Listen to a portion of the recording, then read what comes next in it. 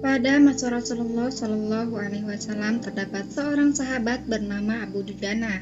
Setiap usai menjalankan ibadah sholat berjamaah subuh bersama baginda Nabi, Abu Dujana selalu tidak sabar.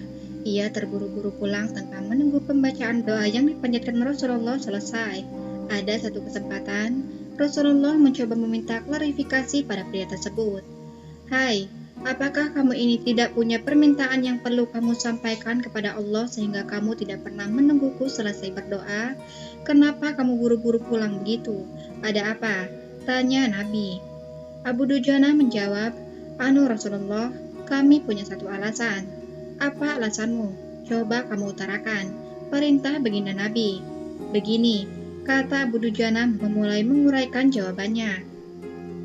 Rumah kami berdampingan persis dengan rumah seorang laki-laki.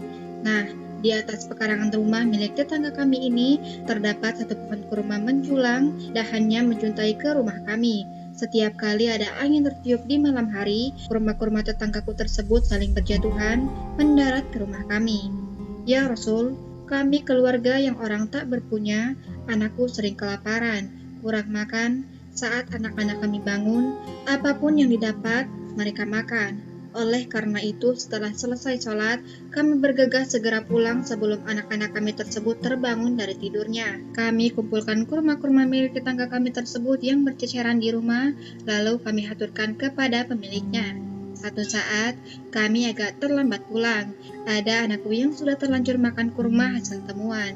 Mata kepala saya sendiri menyaksikan, tampak ia sedang mengunyah kurma basah di dalam mulutnya.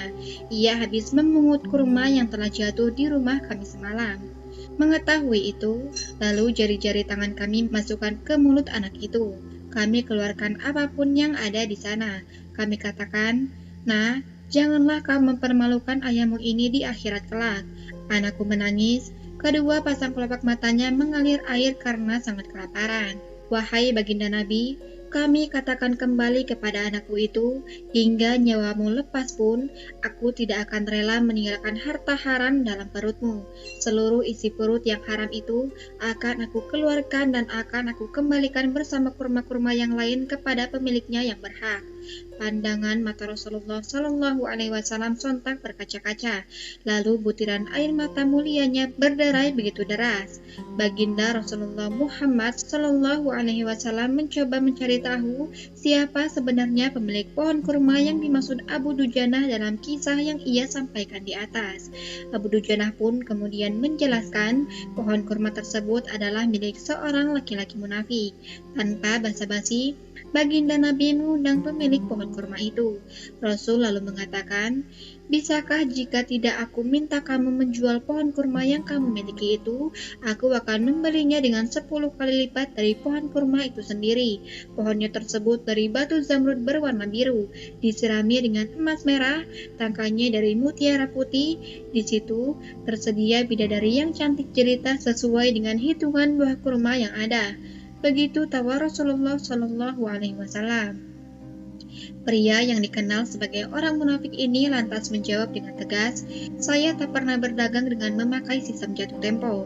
Saya tidak mau menjual apapun kecuali dengan uang kontan dan tidak dipakai janji kapan-kapan.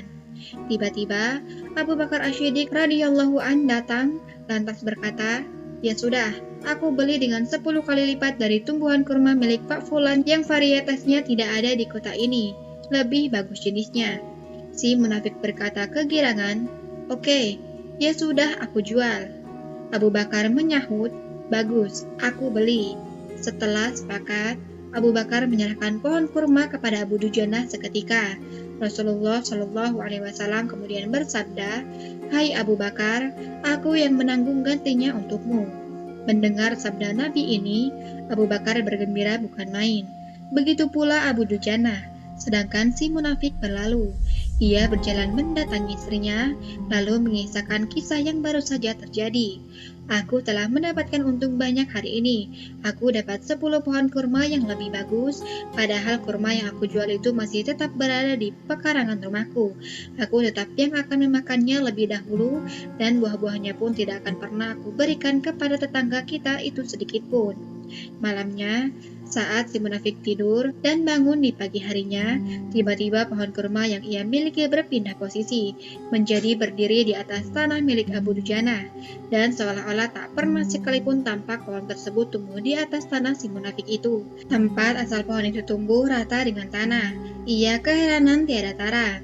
Dalam kisah ini, dapat kita ambil pelajaran betapa hati-hatinya sahabat Rasulullah tersebut dalam menjaga diri dan keluarganya dari makanan haram. Sesulit apapun hidup, seberat apapun hidup, seseorang tidak boleh memberikan makan untuk dirinya sendiri dan keluarganya dari barang haram.